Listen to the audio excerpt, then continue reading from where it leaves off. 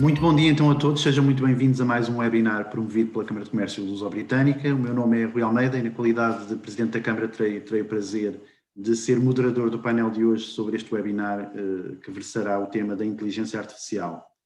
A visão futurista das tecnologias e as tecnologias disruptivas envolvem pensar adiante, não apenas 3 ou 5 anos, mas seguramente que a 20 anos no futuro ou mais. E para entender melhor o que nos espera em termos de disrupção na tecnologia, no mercado e na sociedade, a British Portuguese Chamber of Commerce traz hoje aqui à conversa especialistas no assunto, com particular incidência na inteligência artificial. O que é, que desafios nos coloca, qual o futuro, quais os negócios que se baseiam nesta tecnologia, qual o enquadramento legal da inteligência artificial. Juntam-se a nós hoje Johan Ander Oribe, espero ter pronunciado bem o seu nome, Johan. Basco, da bonita cidade e moderna cidade de Bilbao, é Senior Software Developer da EuroHelp e é Chief Technology Officer na FinTech Quantum Nets. Licenciado em Engenharia de Computadores e Desenvolvimento de Software pela Universidade Isabel I, detém várias certificações em Web e Software Development. O Johan é especialista no desenvolvimento de software multiplataforma e web e ao longo da sua carreira trabalhou em vários projetos europeus, incluindo plataformas orientadas para cidades inteligentes, conhecidas como Replicate, e em sistemas de integração de Intelligence, de Internet of Things no setor industrial. Junta-se também a nós o Avelino Pinto. Bem-vindo, Avelino. Integra atualmente o Departamento de Inovação da EuroHelp, é mestre em Ciências e Tecnologia pela Universidade do Texas em Austin, tem extensa formação executiva pela IES, pela IE Business School, pela Universidade de Colômbia, pela Universidade de Virginia, Northwestern University, entre muitas outras. Tem mais de 25 anos de experiência em gestão de projetos de investimento, inovação e empreendedorismo. Acompanhou projetos em vários países e vários continentes, Moçambique, Cabo Verde, Colômbia, Argentina, França, Bélgica e África do Sul. E por fim temos o João Guimarães, João Sousa Guimarães, junta-se a nós a partir da recentemente eleita melhor cidade da Europa para se viver, não é, João? E como é a melhor cidade da Europa para se viver em família, arrisco-me a dizer que será a melhor cidade da Europa para se viver nos tempos atuais, não é? Seguramente. Advogado, Managing Partner da Teixeira Guimarães, Sociedade de Advogados, com mais de 10 anos de experiência em Direito Empresarial, Empreendedorismo e Proteção de Dados. O João é Data Protection Officer em mais de 20 empresas, tem formação executiva em Gestão na Universidade Católica do Porto, tem especialização em Proteção e Segurança de Dados no Instituto Superior Técnico da Universidade de Lisboa, um diploma em Cibersegurança do Centro Nacional de Cibersegurança, certificado em Data Protection Officer pela Universidade de Maastricht, em Bruxelas, e o João presta muito frequentemente mentoria jurídica em programas de aceleração em polos de inovação nas áreas do direito comercial e societário, IP, blockchain, inteligência artificial e machine learning. É vice-presidente da Câmara de Comércio Luso-Britânica e João, também te cumprimento por isso. Muito bem, antes de passar a palavra a quem de facto é especialista nestas matérias, apenas alguns assuntos de housekeeping, se me permitem. Os nossos palestrantes irão apresentar a sua visão ao longo da exposição, que deverá durar aproximadamente 12 a 15 minutos. Peço-vos alguma ajuda nesse poder de síntese e na gestão do tempo. Todos os participantes e distintos membros do British Portuguese Chamber of Commerce que nos brindam hoje com a sua presença poderão colocar todas as suas questões na área de chat disponível na plataforma e nós procuraremos depois responder às questões num período que durará cerca de 20 minutos, que se seguirá às apresentações. Na eventualidade de ficarem algumas questões por responder, temos toda a disponibilidade e os nossos oradores predispuseram-se a responder às questões individualmente no momento subsequente para que este webinar vá completamente ao encontro das vossas expectativas. Bem, sem mais delongas, passo então a palavra ao nosso primeiro orador, o Johan Ander Oribe. Vai ser difícil. O Johan irá fazer uma apresentação sobre inteligência artificial, o seu futuro, uma visão disruptiva. Johan, seja muito bem-vindo, passo-lhe a palavra. Okay, thank you. Okay. Give me a second to start the screen.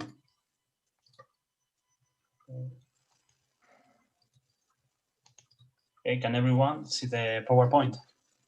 Yes, we can. Yes, okay.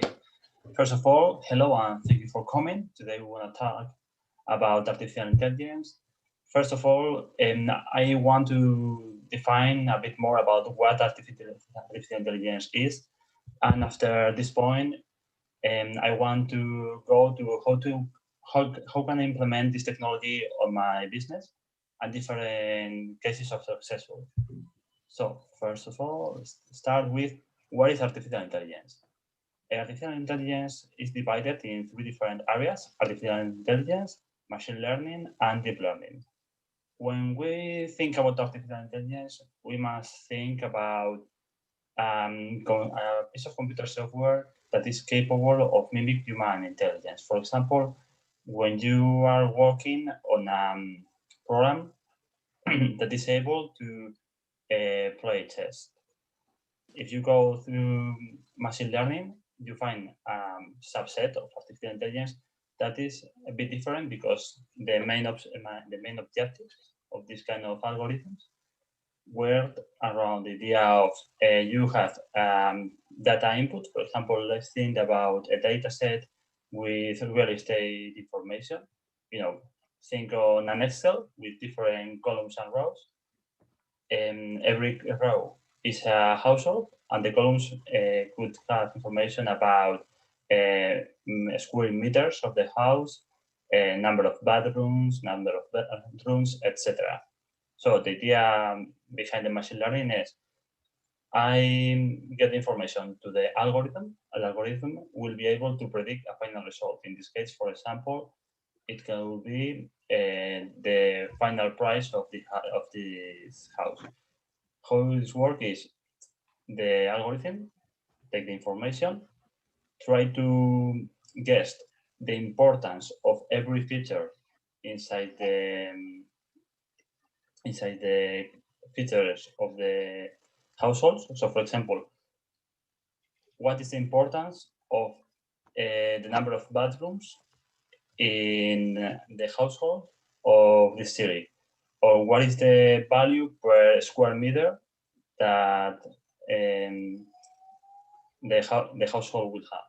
So at the end of the process, it will give you the predicted price. The idea is that if you make a good model, this will be able to give you a predicted price that is close to the real one.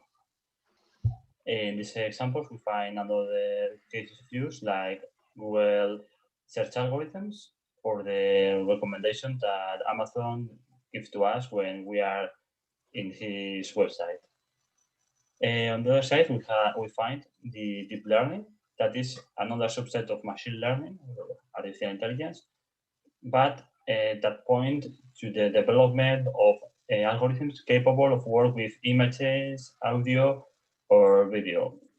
In this case, you will find examples like the Tesla auto-driving system that is nothing more in the area of image that an algorithm that is capable of discover if in the middle of the road it's any kind of obstacle or a person or whatever, to give the car the ability to respond to this action. For example, the algorithm inside of the camera detects if there is an obstacle in the middle of the road, and it gives an information to the car, and the car puts the brakes. So in these cases, we have the natural speech recognition, or well, another kind of automated driving systems like Waymo.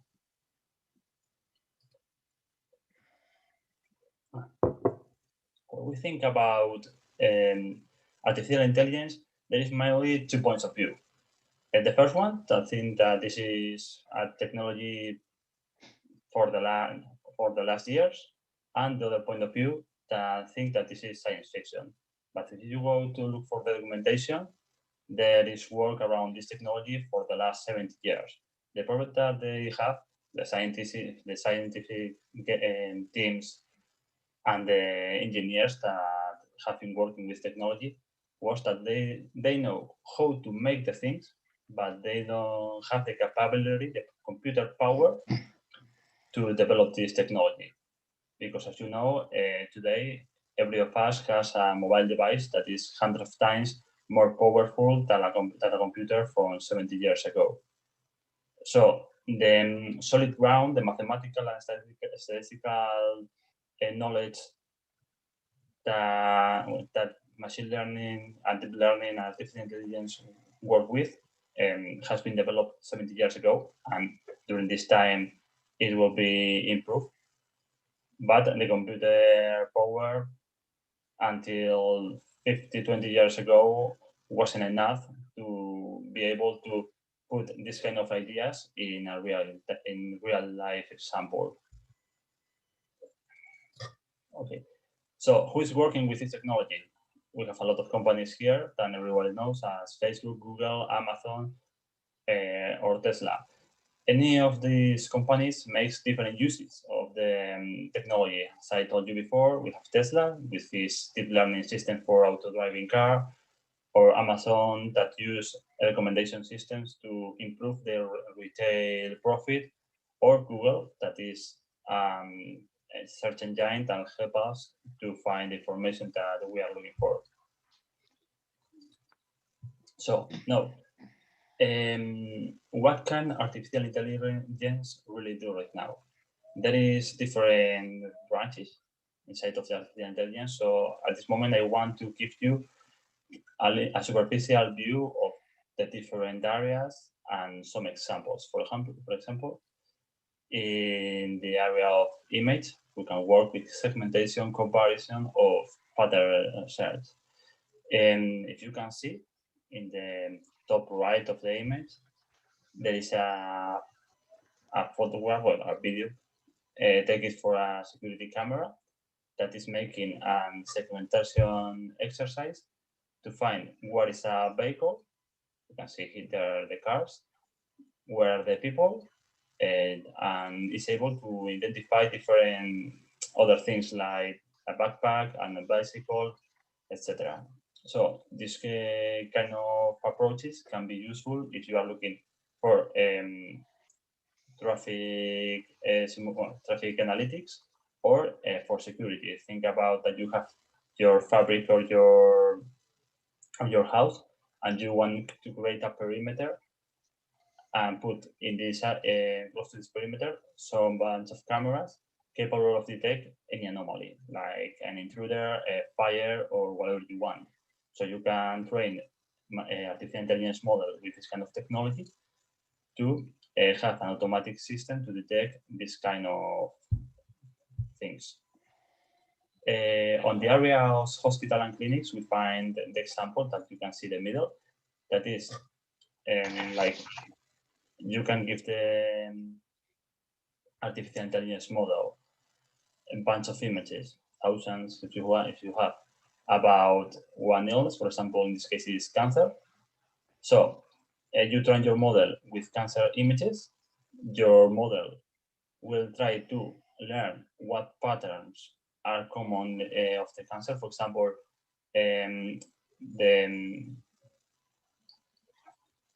the color, the form, and how the cancer cells used to group.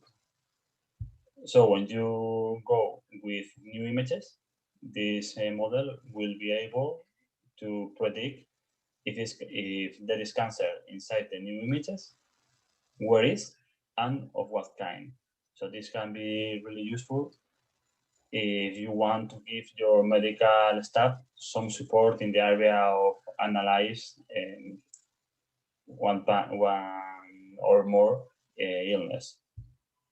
So another example, in the right bottom corner, you find a CR that it works like to take a photograph from the bill or handwriting text, and it brings you the ability to transform the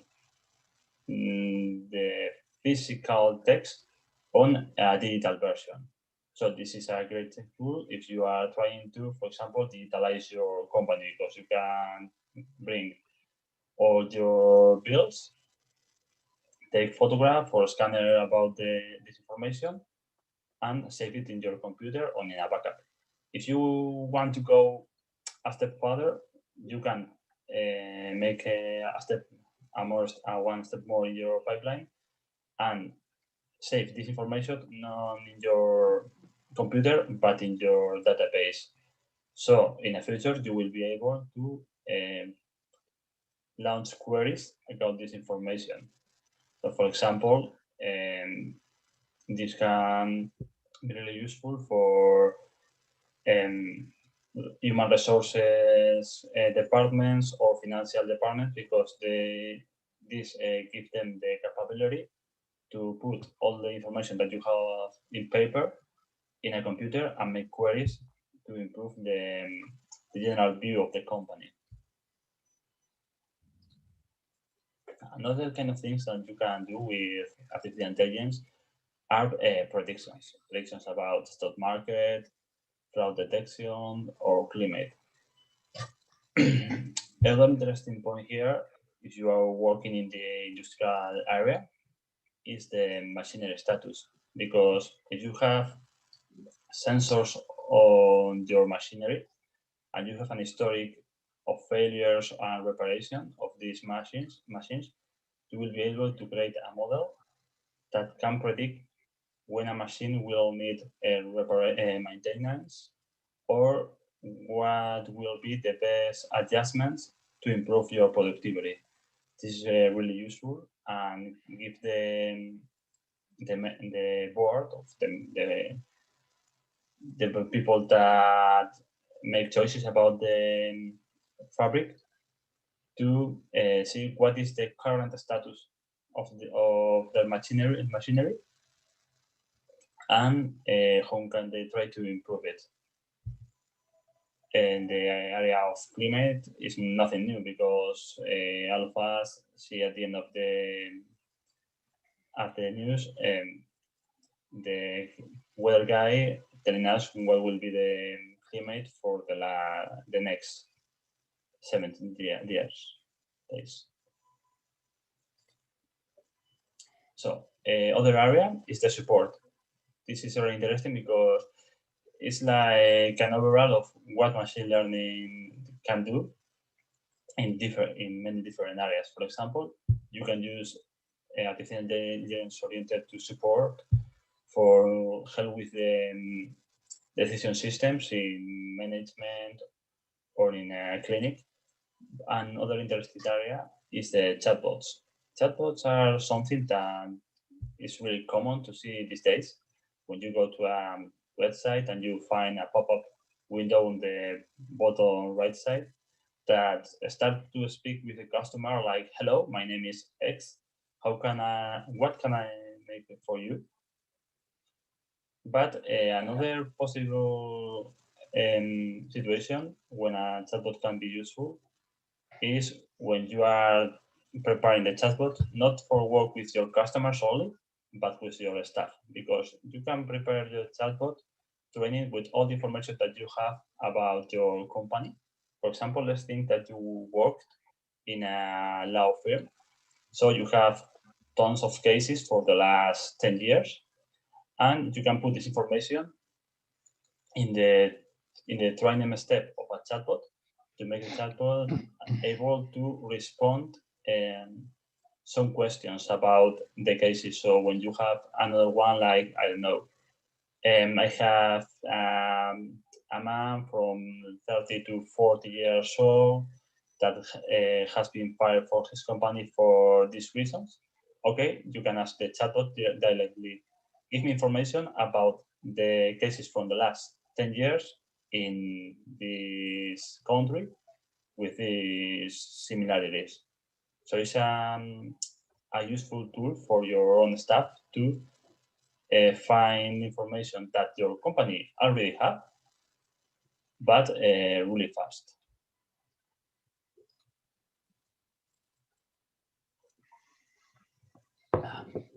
Other areas are, well, security and robotics. The security area is something that we just speak about when I put the example about the fabric of your house and make a perimeter with the deep learning algorithm capable of detecting intruders. And in robotics, it's really interesting because at this moment, the robots that you can find inside of industry are really dumb. They just make 1 or 2 tasks. They do very well, but always the same. They go from one point of the fabric to another. Like, okay, I go from A to B, take a box, and they from B to A and drop the box. They can make this work for all day, but they are not really capable of interact with the environment. So if you allow this robot to use a camera with deep learning algorithm capable of detect the different objects, persons, and behaviors of the persons that is happening around the robot, you give it the possibility to interact more easily with the environment and to avoid accidents. For example, if your robot has a camera and can detect human beings, he can stop himself if a human being crosses in the middle of his path.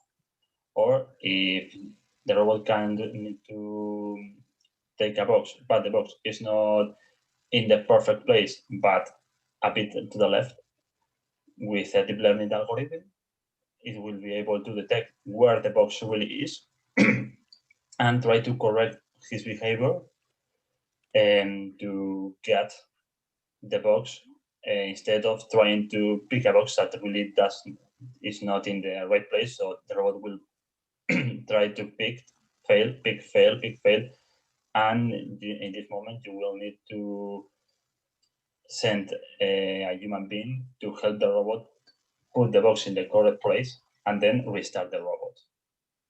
So it's very interesting because at this moment with this kind of technology, if you are working in an area that has some robots, you can improve a lot the performance. So yeah, we need to wrap up. I don't know if you want to dig into a little bit more there, or I think you've given us quite some good examples and put AI into perspective, helped us to destroy a kind of an urban myth, which is we tend to think that artificial intelligence is something quite novel, which it isn't. It dates back from the 50s, as you said. So very interesting indeed. Thank you very much for your presentation and for the examples which you brought. I think we can dig into that a little bit more during the Q&A session. So if I may, and just because I'm mindful of time, I would pass on to Avelino, okay? Okay. Avelino, como se viu no último ano, dados e análises combinadas de tecnologia da inteligência artificial serão de facto fundamentais no esforço de prever, preparar e responder de maneira proativa e acelerada a uma crise global, sanitária e económica e as suas consequências. A inteligência artificial, a par de outras tecnologias como o machine learning e a robótica, vieram revolucionar os modelos de negócio. Lançado o repto, passo então a palavra ao Avelino, que nos vai falar do impacto da inteligência artificial nos novos modelos de negócio. Muito obrigado. Eu, antes de mais, gostava de cumprimentar e de agradecer a oportunidade à Câmara de Comércio Luso-Britânica, cumprimentar os outros companheiros de mesa e também os nossos, não sei se direi, webinaristas, espectadores, enfim. Bom, eu começaria por dizer o seguinte. Hoje nós todos sabemos a importância de criar valor para uma empresa, isto é fundamental, não é? E aquilo que eu vos trago aqui é um pouco percebermos como é que esse valor que é suportado ou é alavancado em inteligência artificial, ou IA, que é o termo que eu irei utilizar, é traduzido no modelo de negócio. Mas vamos lá ver, em primeiro lugar, o que é um modelo de negócio? É uma ferramenta, acima de tudo, que nos permite identificar como é que criamos e como é que capturamos valor a partir desta mesma oportunidade de negócio. Portanto, é um trabalho bastante complexo e que exige uma integração de conhecimentos, quer da área da gestão, quer da área das tecnologias de informação. Portanto, não vamos falar de IA ou vamos atrás da IA simplesmente porque é uma buzzword ou que está na moda. Não é? Portanto, é esta geração de valor.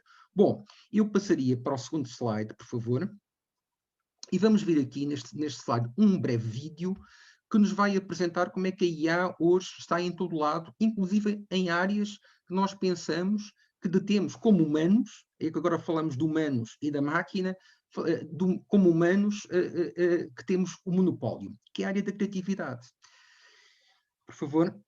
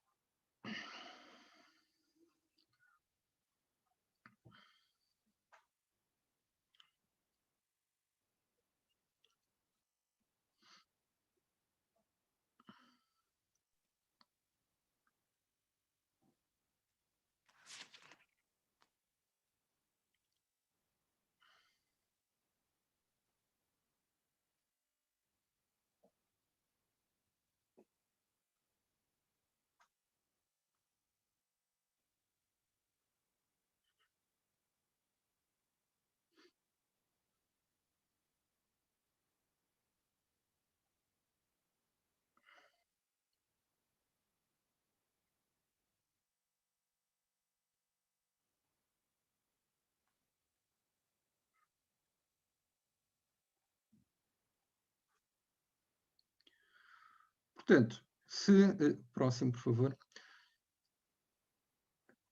Se até na arte já a inteligência artificial nos confunde, vamos lá ver muito rapidamente. O meu colega já definiu a inteligência artificial, mas enfim, de uma forma se calhar mais simplista, eu queria só dizer o seguinte, quer dizer, a inteligência vem do latim intelligent, e intelligence, o que é que significa? Significa aquele que compreende, que percebe, que conhece e sabe discernir sobre determinadas questões, não é? E o artificial, bom, é artificial porquê? Porque não é material, não é? Vem de dados que estão por aí, enfim, incorpóreos, não é? Dados puros. E, de facto, isto surgiu pela mão de John McCartney em 1956. Foi ele que cunhou o termo. Bom, adiantando, porque como temos muito pouco tempo, eu queria dizer o seguinte. Porque é que, em primeiro lugar, o enquadramento? Porque é que isto é importante? É importante porque hoje, sobretudo para as empresas tradicionais, nós temos assistido a uma colisão, a um choque entre modelos tradicionais e modelos digitais, não é? Isto ocorre quando? Quando temos uma empresa com um novo modelo operacional digital que tem como alvo aquilo que é um caso de uso de uma empresa tradicional. Por exemplo, todos nós estamos bem conhecedores do choque entre o Airbnb e, por exemplo, os hotéis Pestana, ou um outro tipo de grupo hoteleiro, não é? Agora, temos aqui neste slide uma outra questão que é fundamental, que é o valor. Isto é o conceito central do negócio. Não podemos falar em inteligência artificial sem perceber o valor. Ora bem, então vamos lá ver o conceito. O que é o valor? O valor de uma empresa é moldado por dois conceitos. O primeiro é o modelo de negócios da empresa, que é definido como a forma como é que a empresa promete criar e promete capturar valor. Ou seja, mais a nível estratégico. O segundo é o modelo operacional da empresa, que é definido como é que a empresa entrega esse valor aos seus clientes. Mas a verdade, enfim, o que é o valor? A criação de valor diz respeito ao motivo pelo qual os clientes escolhem. Porque é que eu quero usar o Airbnb, por exemplo? Escolhem usar os produtos de uma empresa. E como é que aquilo que a empresa me dá me resolve o meu problema concreto, o meu problema específico. Bom, há muitos fatores de criação de valor que não temos tempo de entrar por aqui, mas temos também aqui a questão do conceito da captura de valor, que nós todos sabemos que aquilo que eu vou gerar tem que ser inferior ao preço que o cliente me vai pagar. E nós sabemos que hoje o sucesso das empresas digitais baseia-se sobretudo na inovação do modelo de negócio. Porquê? Porque eles experimentam e recombinam vários aspectos da criação e captura de valor. E o que é que acontece? Nas empresas tradicionais, o valor é capturado, sobretudo, na mesma fonte, que é o cliente, como? Através de um mecanismo simples de preços, não é? E nas empresas digitais, temos aqui uma estrutura e uma amplitude muitíssimo maior. Próximo slide, por favor. Portanto, depois temos aqui uma outra questão, que é a curva de retornos decrescentes. Ora bem, nas empresas tradicionais, o tamanho também é uma espada de dois gumes. Não é? Porquê? Porque à medida que a empresa cresce, ela pode oferecer, é verdade, mais valor a um preço mais baixo. Mas isso é só até um determinado ponto. Porquê? Porque as vantagens de escala, as economias de escala, são limitadas a partir de determinado ponto pelo tal modelo operacional da empresa que falámos há pouco. E o que é este modelo operacional? Isto abrange e está limitado pelos ativos da empresa, pelos processos da empresa, não é? que são usados para entregar valor aos clientes. E, à medida que a empresa vai crescendo, este modelo operacional torna-se cada vez mais complexo. E isto traz problemas. Portanto, resumindo, temos limitações nas empresas incumbentes, as empresas tradicionais, que não existem nas empresas digitais. Próximo slide, por favor. Que é o que vemos aqui. Aqui vemos claramente que o custo unitário das empresas digitais vem diminuindo. O custo marginal tende para zero, enquanto as empresas com ativos físicos, pelo que vimos anteriormente, o custo tende a subir. Próximo slide, por exemplo. E aqui temos outra questão que é, ainda em termos de enquadramento, o ciclo virtuoso da inteligência artificial. Isto é, isto é muito simples, percebemos que há aqui um processo de retroalimentação, portanto, não vamos agora também perder mais tempo. Novo slide, por favor. E aqui temos uma ideia também de enquadramento muito importante, que tem a ver com a tal complexidade da economia e a complexidade das redes, que cada vez mais se tornam redes gigantescas. Isto leva-nos a uma grande questão. É a concentração de valor em determinados players. E, por outro lado, há o surgimento de novos desafios que têm a ver com a privacidade, com os ciberataques, com campanhas de informação, com grandes desigualdades económicas, mas também com novas oportunidades.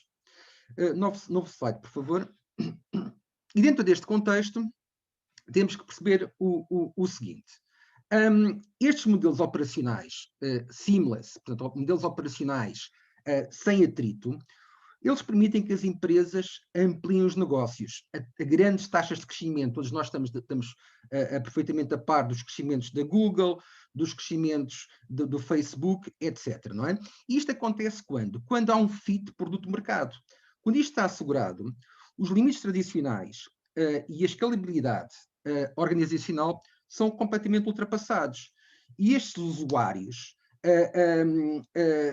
o seu engajamento está assegurado e as receitas crescem a taxas sem precedentes. O que é que isto tem levado? Tem levado a uma concentração de dados, os dados passam a ser riqueza, riqueza é poder, e temos a tal famosa fórmula dos 1% contra os 99%.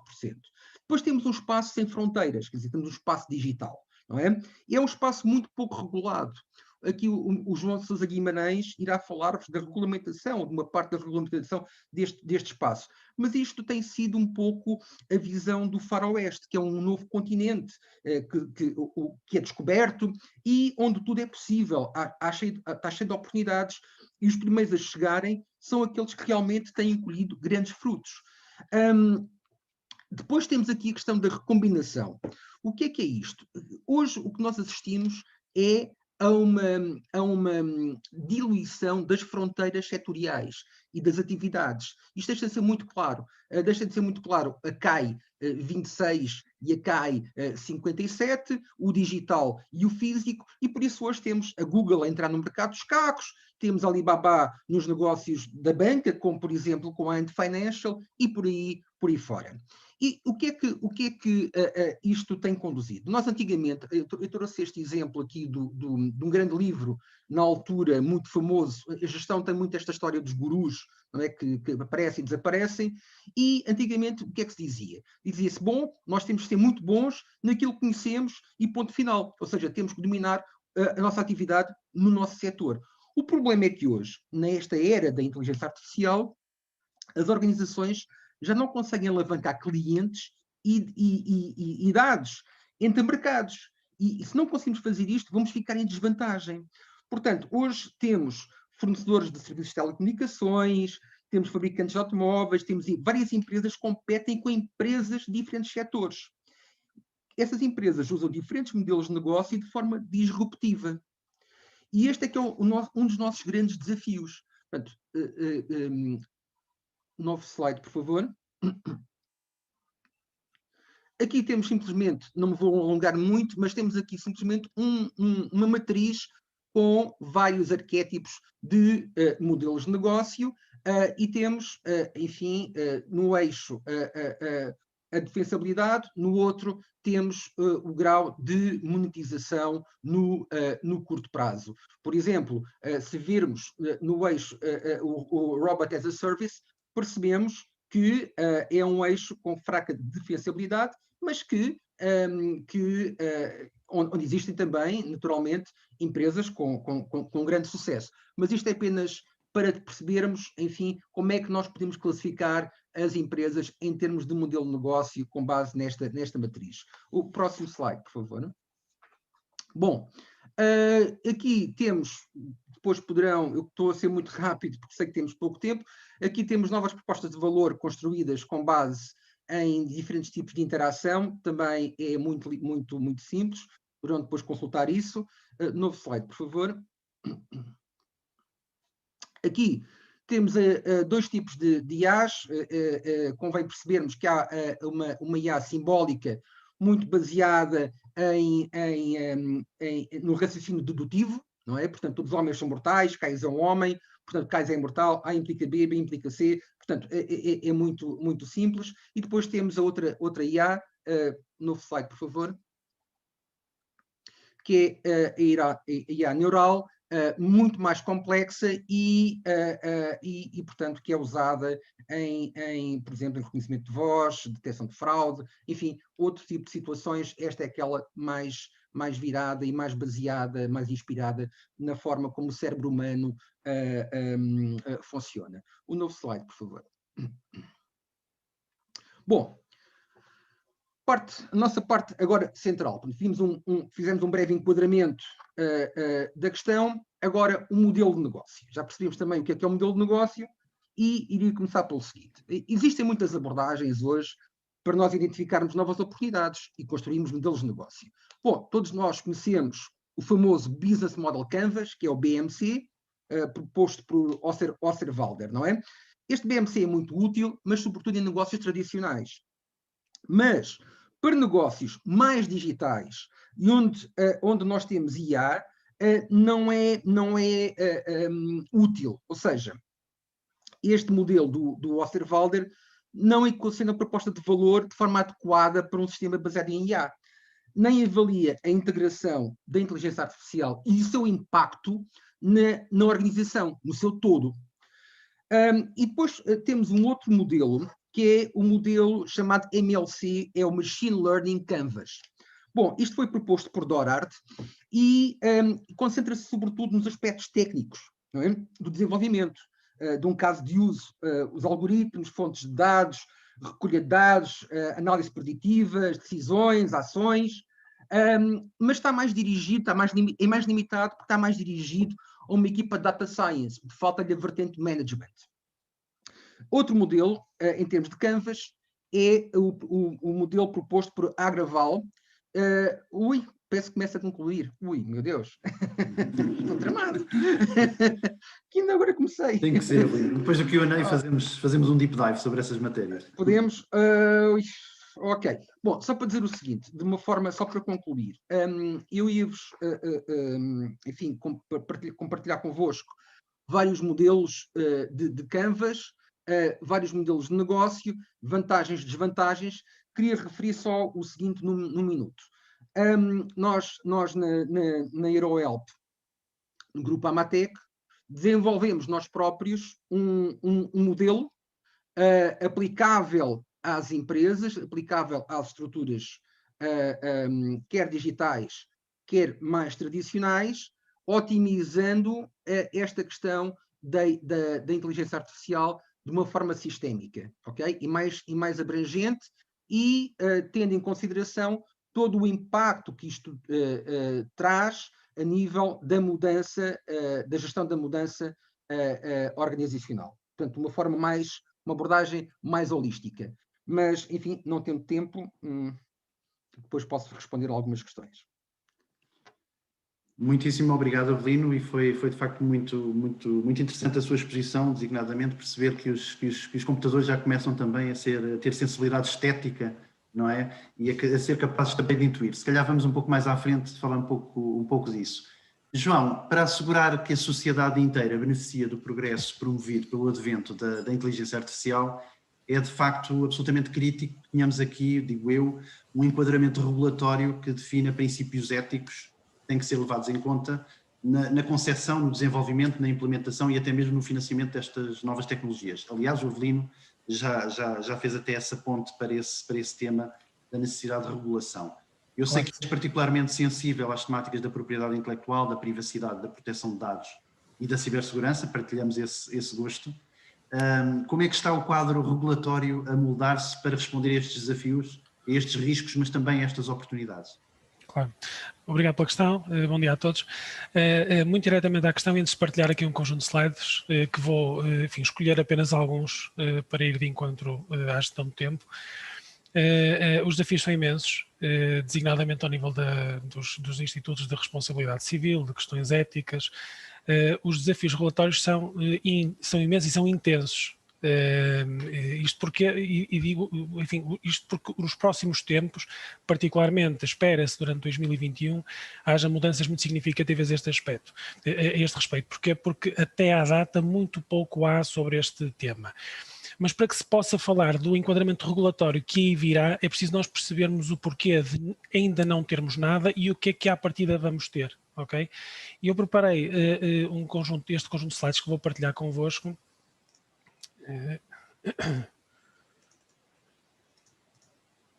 Deixem-me, penso que assim já conseguem ver.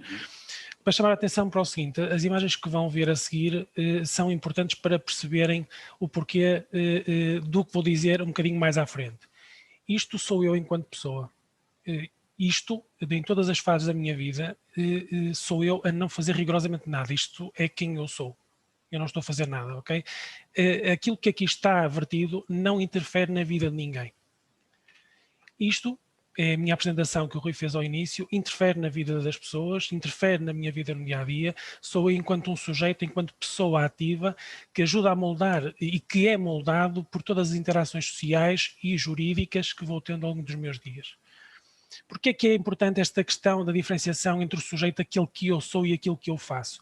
Pelo seguinte, porque, não vos cansando muito relativamente ao texto, vê-se logo que é um slide feito por um jurista, a questão é, pegando no conceito de IA, que há bocadinho foi abordado, ela de facto desde os anos 50 é referida como sendo, no fundo, a criação de um dispositivo que visa, enfim, simular a capacidade de um ser humano.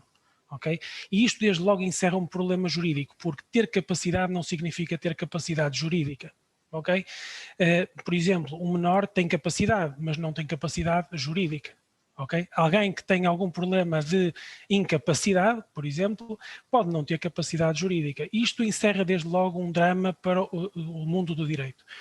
Porque o mundo do direito diz-nos que capacidade jurídica, quem é que a tem? É aquele que tem suscetibilidade de ser sujeito. Aquelas fotografias que eu há bocado mostrava, ou seja, eu ser sujeito ou ser um sujeito jurídico. Portanto, este sujeito jurídico é quem? É todo aquele que faz coisas, que faz, que entrega, que dá, que presta, que até não faz, não entrega, não faz e não presta. Portanto, este sujeito jurídico é aquele que interage. Portanto, o problema da inteligência artificial é este mesmo, ou seja, é simular a capacidade de sujeitos jurídicos. Qual é o problema do sujeito jurídico? Eu, enquanto profissional, que faço todo aquele rol de coisas que há bocadinho mostrei no slide anterior, enfim, eu, para ser um sujeito jurídico, eu preciso ter personalidade jurídica. Mas personalidade, eu posso ter personalidade, mas posso não ter personalidade jurídica. O que é que a lei portuguesa diz sobre quem é que tem personalidade jurídica? Diz que é aquele que nasce completo e com vida. Portanto, significa que as simulações de capacidade de sujeito de ser suscetível de ter uma personalidade jurídica, quando falamos em regulação do direito nestas áreas, tem que ver com o reconhecimento que o direito faz a matérias de natureza tecnológica que simulam todas estas questões. Portanto, daí o enquadramento regulatório ser profundamente exigente, porque estamos a entrar no domínio onde alguém que vai mimetizar uma capacidade humana, até que ponto é que pode, de per si, ter uma capacidade autónoma, porque tem, porque vimos há bocadinho no próprio slide do John, logo nos primeiros, o estado da arte de inteligência artificial permite que, de facto, estes sistemas automatizados tenham essa capacidade autónoma, mas a questão é, enquanto o homem, para os olhos do direito, tem uma capacidade jurídica, tem uma personalidade jurídica, é uma pessoa juridicamente relevante, um robô, uma IA, à data de hoje, não tem capacidade jurídica, não tem personalidade jurídica. Não sei até quando, nem como é que será, mas isso vamos ver. Mas essa é a grande diferença entre nos deixarmos modelar já, ou deixar para mais tarde. O desafio neste momento da regulação é fundamentalmente este. É correr não contra o prejuízo, porque estamos a falar de uma tecnologia desde os anos 50, ok, que foi evoluindo, mas quanto mais depressa formos ao encontro dela, mais a vamos ajudar a modelar na nossa atualidade. E esse é o desafio, porque os problemas que nós vamos ter se tivermos um sistema automatizado controlado ou sob a égide de normas que ajudam a regular este ambiente é uma coisa. Se não tivermos, será uma muito diferente. Portanto, há inúmeras áreas onde a inteligência artificial vai representar desafios para o mundo jurídico. Há bocadinho falava a questão da responsabilidade civil, até mesmo a penal, do ponto de vista da ameaça de bens jurídicos, que para nós são fundamentais, mas até mesmo a questão, por exemplo, da simples celebração de pequenos negócios do dia-a-dia. Sei lá, enquanto, por exemplo, nós enquanto indivíduos podemos dizer que fizemos um negócio com alguém, mas sentimos coagido a fazê-lo. Isso, por exemplo, na perspectiva legal, pode ser motivo suficiente para invalidar aquele negócio jurídico. Casos de simulação de vontade, ou celebrados com falta de vontade, reserva mental. Portanto, quando nós celebramos negócios todos os dias, ou atos, contratos, negócios, e o fazemos com recurso à tecnologia de inteligência artificial, todas estas questões têm que estar enquadradas. Porque o erro de uma máquina, será que é o erro da máquina ou de quem a programou? Como se refere, aliás, na proposta de regulamento, mas no escrito que foi enviado à Comissão Europeia para propor um regulamento europeu sobre esta matéria, enfim, o operador de IA, quais são os riscos da IA para um operador? Portanto, o domínio do direito é fundamental para a inteligência artificial. Por regra, o direito surge sempre por arrasto e numa cadeia muito mais ajusante do que a montante.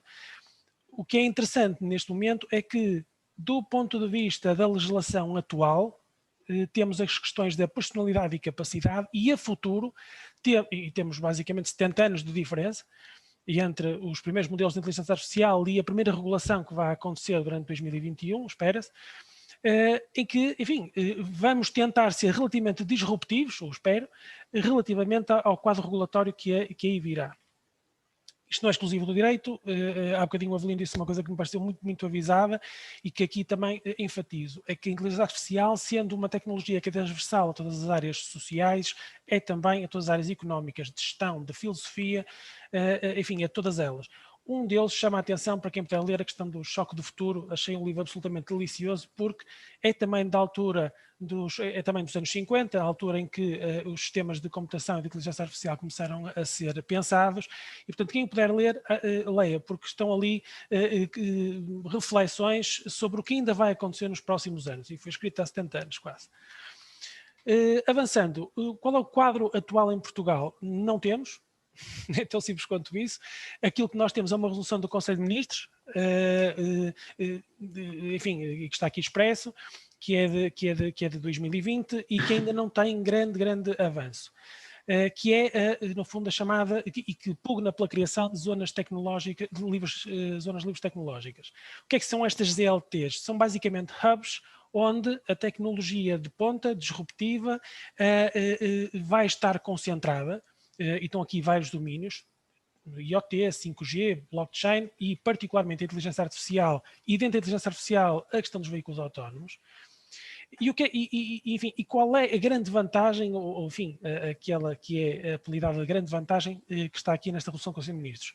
É que serão polos de aceleração. Ora, sempre que nós pensamos em polos de aceleração é porque é preciso acelerar para alguma coisa. E, de facto, nós precisamos de acelerar relativamente à abrangência, ao acolhimento destes polos.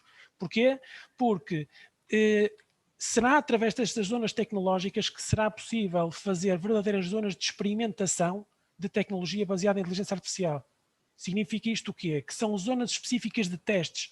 Quem trabalha com inteligência artificial todos os dias sabe que a grande dificuldade, por exemplo, na indústria automotiva ou até automóvel, que muitas vezes a parte mais complicada é arranjar, enfim, um espaço adequado e com as condições adequadas para ser uma zona de testes. E aquilo que estas ZLT, no fundo, servem ou irão servir é precisamente para ser um hub onde essa testagem possa ser realizada. Por outro lado também, a questão é que aquilo que está em mente ser produzido é que cada ministro do governo português, nas áreas que tutela, possa fazer o enquadramento não só regulatório, mas mesmo do ponto de vista dos regimes jurídicos das áreas que tutelam, de acordo com as suas próprias áreas. E isto é relativamente disruptivo pela Europa fora e porque não há zonas livres tecnológicas noutros locais, é uma maneira de captar a inovação para o território português. Há também, não digo uma suspensão democrática, mas por um lado, porque ainda não há enquadramento regulatório fixo, mas por outro lado, mesmo quando exista, vamos ver até que ponto é que haverão a possibilidade de fazer derrogações à regulação que vai, entretanto, entrar em vigor, porque aquilo que se prevê nestas GLTs é que haja uma espécie de uma flexibilização legal para poder ser feita a experimentação. Portanto, é uma espécie de laboratório de experimentação. Não sabemos até que ponto é que o regulamento da Comissão, que entretanto possa entrar em vigor, permite ou não, ou vai permitir ou não, estas derrogações de regime para que realmente a flexibilização legal ocorra. Relativamente à questão portuguesa, portanto, basicamente podemos contar com as posições da nossa legislação atual relacionada com capacidade e com personalidade, como evidenciei anteriormente, e a questão agora da resolução do Conselho de Ministros, cuja legislação ainda vai ser produzida. Europa, o que é que nós temos? Temos a redação e a aprovação por parte do Parlamento Europeu de uma resolução com recomendações à Comissão sobre o regime de responsabilidade civil aplicado à IA. Temos também uma resolução sobre os aspectos éticos da inteligência artificial, da robótica e das tecnologias conexas, onde aqui se insere tudo o que é relativamente a software, a privacidade, dados pessoais e também sobre propriedade intelectual. Em concreto, sobre a responsabilidade civil, deixem-me só ver o tempo. Em concreto, sobre a questão da responsabilidade civil, é interessante ver o seguinte. Se esta responsabilidade incidir sobre pessoas singulares e coletivas, incide sobre pessoas singulares e coletivas que tenham sofrido um dano com perda económica contra os operadores de IA. Ou seja, a proposta que está em cima da mesa ainda não é sequer tão vanguardista quanto a própria tecnologia. Porque a própria tecnologia já nos diz que os robôs quase que podem ter personalidade jurídica. Okay? Mas aquilo que aqui está mencionado é a responsabilidade poder ser exercida contra o operador de IA. Portanto, é também aplicável não apenas às atividades físicas, como também virtuais, como o Avelino tinha salientado, e uma particular atenção para os sistemas de IA de alto risco. Ou seja, o e alto risco são basicamente as tecnologias de ML, de autoaprendizagem, de condução autónoma de veículos. Ou seja, pelo risco que o Parlamento entendeu ser um risco elevado, quando ocorram situações de responsabilidade civil, pode inclusivamente ser aplicadas, pode haver inclusivamente condições para aplicar indemnizações a quem tenha apenas uma responsabilidade objetiva, sem culpa. Portanto, apenas decorrente da utilização. Além disto, relativamente à fixação dos montantes indemnizatórios até 2 milhões de euros em caso de morte, sendo que o usado pode exercer o seu direito durante 30 anos e para os restantes operadores de IA, fixação de montantes indemnizatórios até 1 milhão de euros e o usado pode exercer até o prazo de 10 anos. Por fim, relativamente à questão da IA, da robótica e tecnologias conexas, não se sabe até que ponto é que, e mesmo relativamente à propriedade intelectual, não se sabe ainda até que ponto é que no projeto de regulamento da Comissão os aspectos da robótica e tecnologias conexas e propriedade industrial e intelectual possam ser inseridas no mesmo regulamento ou se vai originar a elaboração de regulamentos autónomos. E penso que da minha parte é isso. Muito bem. Ok, obrigado. Perfeito, obrigadíssimo pela exposição, João. Eu vou agora colocar aqui algumas questões, algumas que foram diretamente colocadas pelos nossos participantes, outras também que me suscitaram curiosidade a partir das vossas exposições, e pedia-vos que pudessem endereçar as perguntas em função daquilo que for o vosso apetite necessariamente para as responder. Começava com o Yonan. I'll now switch to English, okay, for your benefit. You showed us quite some practical applications of artificial intelligence, namely imagery, predictions, support, and others.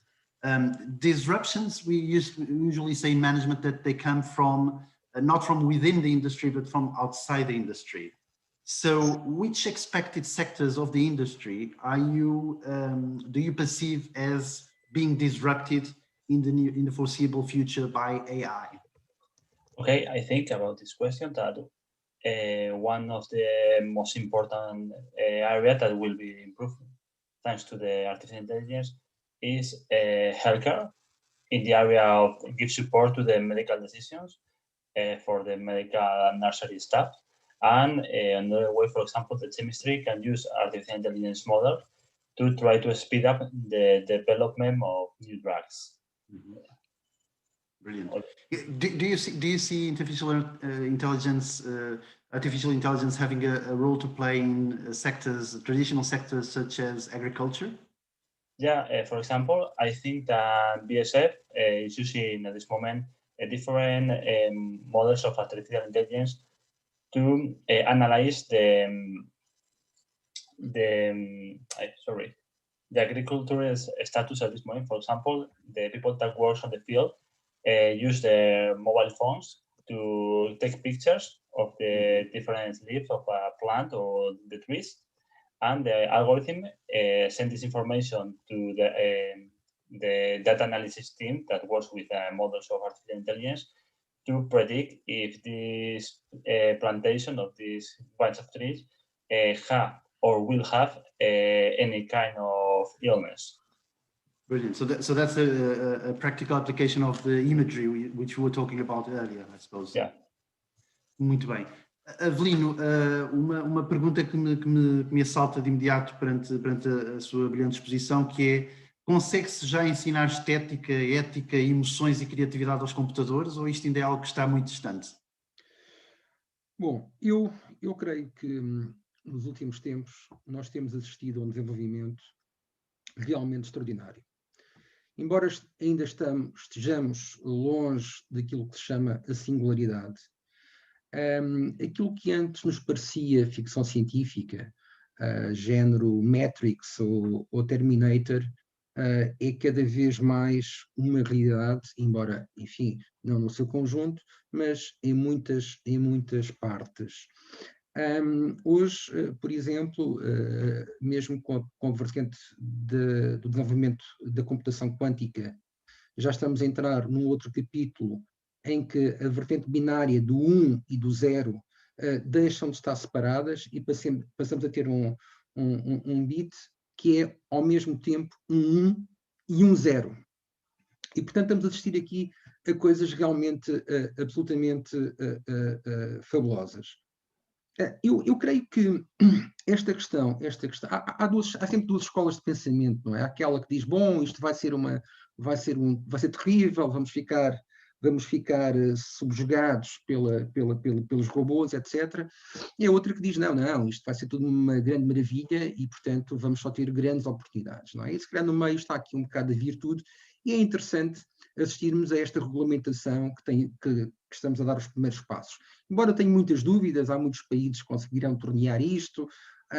Esta história das zonas experimentais dá-me, enfim, faz-me tremer um bocado, sabe-se logo por lá passará.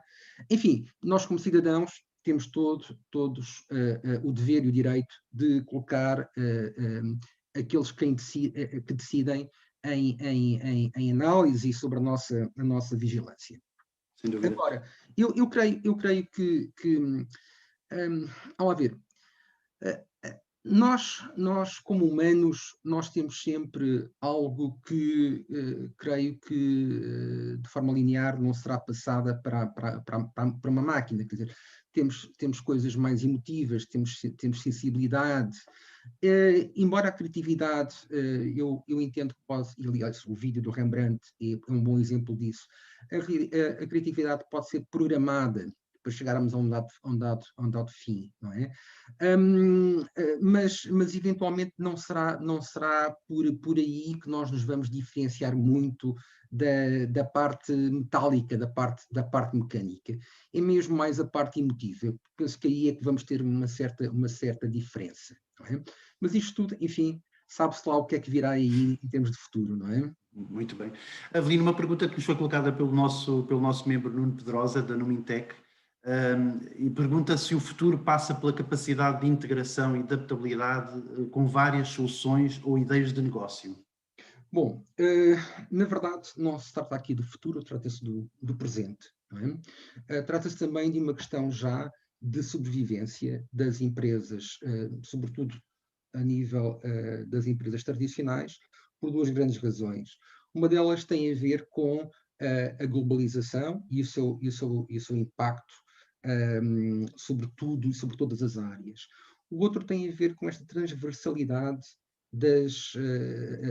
da tecnologia, da inteligência artificial e este esboroar dos setores de atividade. Portanto, a questão aqui é que também que nós não podemos olhar para esta situação pensando que é apenas o departamento de informática, alguns indivíduos ali que estão ali a trabalhar na gestão de dados que terão esta função. Temos de ter aqui uma abordagem holística, juntando o melhor da gestão com o melhor da tecnologia e percebendo que o nosso sistema, como empresa, como uma unidade orgânica, vai ter um grande impacto, vai sofrer um grande impacto e vai ter que se adaptar e pode ser, eventualmente, ela própria uma força de mudança sobre outros e termos aqui aquilo que se chama uma inovação disruptiva. Mas, mesmo que não tenhamos essa inovação disruptiva, o que teremos sempre hoje é a necessidade de nos prepararmos para esta nova realidade que existe hoje. Permita-me só dizer o seguinte, só para terminar. Nós não vimos toda a apresentação, mas vocês têm a apresentação disponível. Um dos slides que aparece tem a ver com um movimento que apareceu no final da Revolução Industrial e esse movimento o que é que pretendia? Pretendia parar o progresso. Como? Destruindo as máquinas, okay? Parando a evolução. E isto, infelizmente, não é possível hoje. Muito bem. João, falaste muito de um tema que também me é muito caro, que é o tema da responsabilização ou da desresponsabilização, e já que estamos aqui num webinar da Câmara de Comércio Luso-Britânica, havia uma série britânica que eu gostava muito de ver, que era o Little Britain, não sei se vocês viam, mas em que alguém por trás de um computador respondia da forma mais mais hedionda possível perante qualquer tipo de interação. Computer says no. E, portanto, era uma desresponsabilização total perante qualquer tipo de incentivo ou de estímulo e consistia, no fundo, naquilo que já se chamou muitas vezes de déficit de empatia. Aqui a regulação pode levar, de facto, a corrigir estes déficits da tecnologia?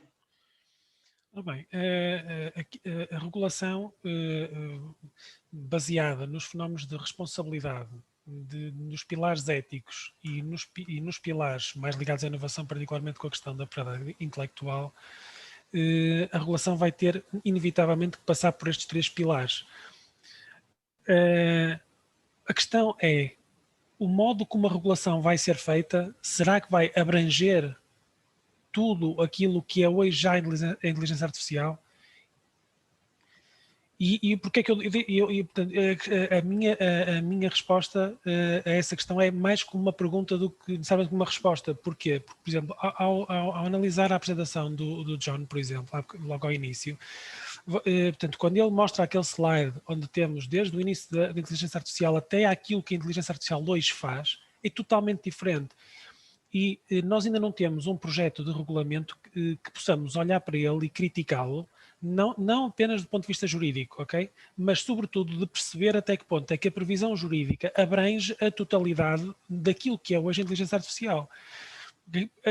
Aqueles primeiros slides que parecem meios, desculpa, está meio seca, mas enfim, também se me ocorre outra. A questão da personalidade e não personalidade é fundamental, porque se nós compreendermos um robô como um instrumento, como algo que é um aglomerado de uma determinada sistematização, claro que nós não vamos interpretar como algo que tem personalidade jurídica e, portanto, não pode ser responsabilizado uma máquina. Ok? Portanto, tem que ser responsabilizado quem a utiliza. Mas isso já é assim nos dias de hoje no âmbito do direito civil, eventualmente. A questão agora é, nós podemos optar por regular apenas a inteligência artificial com base nesse prisma, ou regular também naquilo que a inteligência artificial já faz, porque a questão do machine learning e do DL, mesmo com o DL, a máquina quase que é um ser com vida. E, portanto, agora, até que ponto é que isso nos choca enquanto humanidade, enquanto sociedade, trazer a atuação de um sistema robótico à responsabilidade? Ele não tem personalidade jurídica. Portanto, nós temos aqui um vácuo entre aquilo que é necessário fazer versus aquilo que a tecnologia já produz.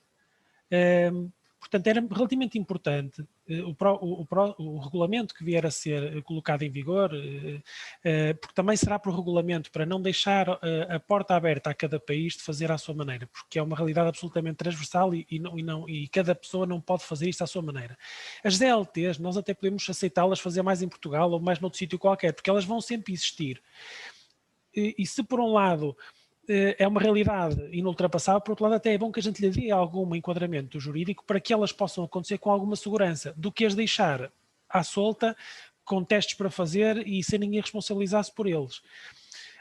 A questão é, as GLTs são importantes, eu não digo para acontecer em Portugal necessariamente, mas enquanto zona de testes é importante, particularmente na indústria como a automóvel, em particular, mas é também importante que a gente perceba que ao legislar podemos estar a legislar a quem?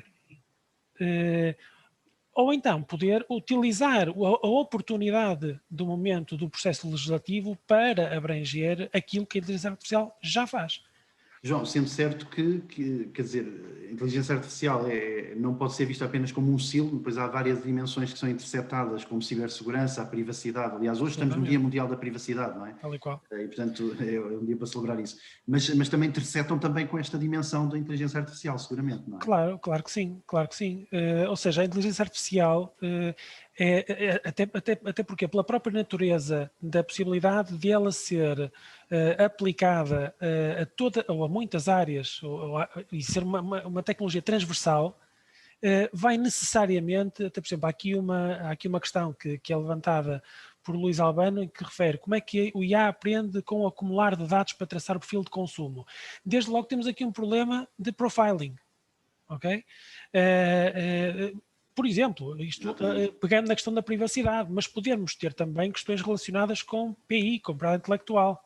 Perfeito. Seja, Agora, ia introduzir essa pergunta ao Avelino, complementando aqui com uma dimensão. Portanto, de facto, o Luís Albano pergunta-nos como é que a inteligência artificial aprende a acumular dados para traçar o perfil de consumo, e eu juntaria aqui dois temas, um tema que é muitas vezes falado a este respeito, que é o tema do gender bias e outros enviesamentos que são introduzidos ou que podem ser introduzidos o tema da inteligência artificial, e por outro lado, como é que a inteligência artificial pode, para não enfatizar este déficit de empatia, vamos dizer assim, como é que pode considerar as tendências evolutivas da sociedade, não é? Porque baseia-se em dados históricos, mas há um histórico que está a ser mudado, está a ser transformado, não é? E, portanto, esta pergunta acho que cola um bocadinho com este traçar de perfil de consumo que o Luís Albano aflorava. Sim, bom, é evidente que a raiz de tudo está na programação inicial, nos parâmetros que foram estruturados. Mas há muitos casos em que nós, enfim, detectamos bias, não é? Mesmo com programas que, um dos casos que eu vos tinha para falar tinha a ver realmente com a IA em termos do Departamento de Recursos Humanos, era uma empresa muito, muito conhecida, mas havia ali um bias que surgia, enfim, naturalmente, que tinha a ver com determinadas etnias, que tinha a ver, inclusive, com o gender, portanto, acabava o próprio programa por ser mais tendencioso no recrutamento de homens do que de mulheres, portanto, e depois isto transforma-se numa bola de neve, não é? que vai aumentando. Portanto, esta é uma questão de extraordinária importância. Eu também gostaria só de partilhar convosco um outro tema que tem a ver com esta transversalidade da IA. Nós hoje, enfim, até em termos de postos de trabalho, não é? Enfim, há sempre aquela problemática de vamos ser substituídos ou não por robôs, por inteligência artificial, etc. Mas a verdade é que as previsões, o que apontam é que desde as profissões mais complexas, como por exemplo um cirurgião do cérebro, não é? A ser substituído de facto por uma máquina, um artefacto baseado em inteligência artificial, mas notem, com uma grande vantagem, é que passamos a ter alguém, lá está, a tal figurino, não é? Que já não sabemos o que dizer, mas a tal coisa que vai estar ligada em rede a milhares de outros cirurgiões. Ora bem, então pensamos, bom, mas se calhar para mim é muito melhor estar numa perspectiva destas, numa situação destas, ou estar apenas com um médico que pode cometer um erro humano. E, por outro lado, em termos de base, hoje as previsões é que mesmo um trabalho muito intensivo, como a construção civil, onde se apontam para 80% da força de trabalho ser substituída por autómatos com inteligência artificial. O próprio McDonald's, uma grande empresa onde a força de trabalho representa uma parte substancial da estrutura de custos, hoje tem experiências em que está a substituir a força de trabalho, ou parte da força de trabalho, inclusive na própria cozinha, e não só no front desk, por autómatos. Portanto, tudo isto são questões que nos fazem, de facto, pensar que ou nos preparamos ou enfim, ou vamos para aquela posição dos movimentos dos luditas na Inglaterra, no Reino Unido, contra a Revolução Industrial. Avelino, e se calhar aproveitando para fazer aqui o wrap-up do ponto de vista das questões, justamente esses incrementos de utilização de inteligência artificial em prol enfim, de uma augmenting the experience, inclusive no próprio trabalho, não é? São muito dissonantes, são muito diferentes daquele cenário do Black Mirror, como nos fala aqui o Sérgio Gomes, pergunta se teremos esse cenário da Armageddon, como há pouco o Avelino falava. Não precisamos estar necessariamente lá, não é? Sim, reparem, é evidente que os economistas são sempre muito criticados, não é? Porque acertam sempre quando os factos, os eventos já se passaram, olham para o passado e realmente, não é? Mas o problema é olhar para o futuro.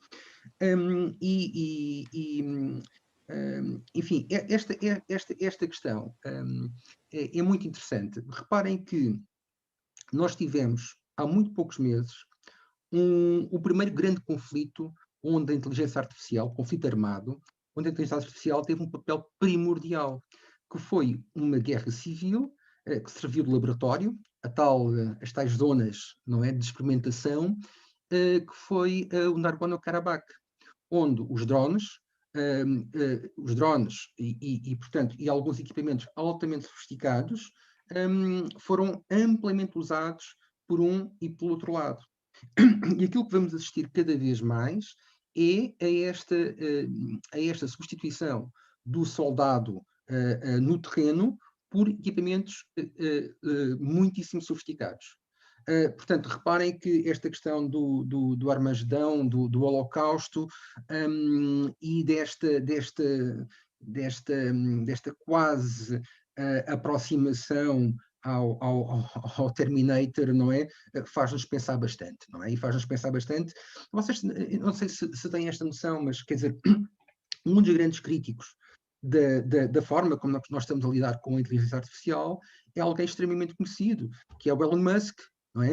E eles têm o Elon Musk está associado a um think tank, onde também participava, por exemplo, o falecido Stephen Hawking, não é? Portanto, são coisas extremamente sérias e que enfim, muito embora... Eu creio também que, pessoalmente, eu creio que é muito difícil nós, e o João há pouco falava disso, quer dizer, a jurisprudência, a lei está sempre um passo atrás, não é? Haverá sempre quem esteja com interesses obscuros, mas reparem, nós também nos pusemos muito a jeito, não é? Nós também pusemos a jeito com os telemóveis, que estão, quer dizer, nós damos tudo, não é?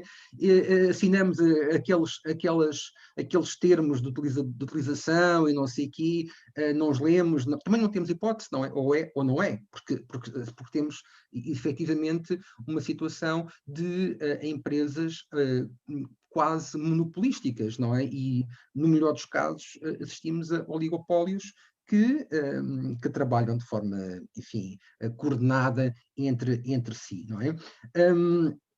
Agora, esta é a realidade. E quando falamos destes modelos de negócio, destas ferramentas, o que é que estamos a tentar fazer? É criar algumas defesas para as empresas, quer sejam digitais, quer sejam mais tradicionais. Temos que criar estas defesas, sob pena de, ao não fazê-lo, derraparmos rapidamente e ficarmos fora do jogo muito depressa. Muito obrigado, Avelino. Bom, penso que, Helena, estamos em cima do tempo, não é? Sim. Resta-me então agradecer aos nossos oradores pelas brilhantes exposições que fizeram e a todos os participantes que colocaram as suas questões e que permitiram este debate de facto muito enriquecedor. Permitam-me apenas terminar com algumas palavras, um pouco em síntese daquilo que foi sendo percorrido pelos três oradores. A inteligência artificial de facto é um dos assuntos mais comentados na atualidade. Muitos têm esta ideia apocalíptica que fomos percorrendo sobre a inteligência artificial, como se anunciasse a substituição da humanidade por robôs.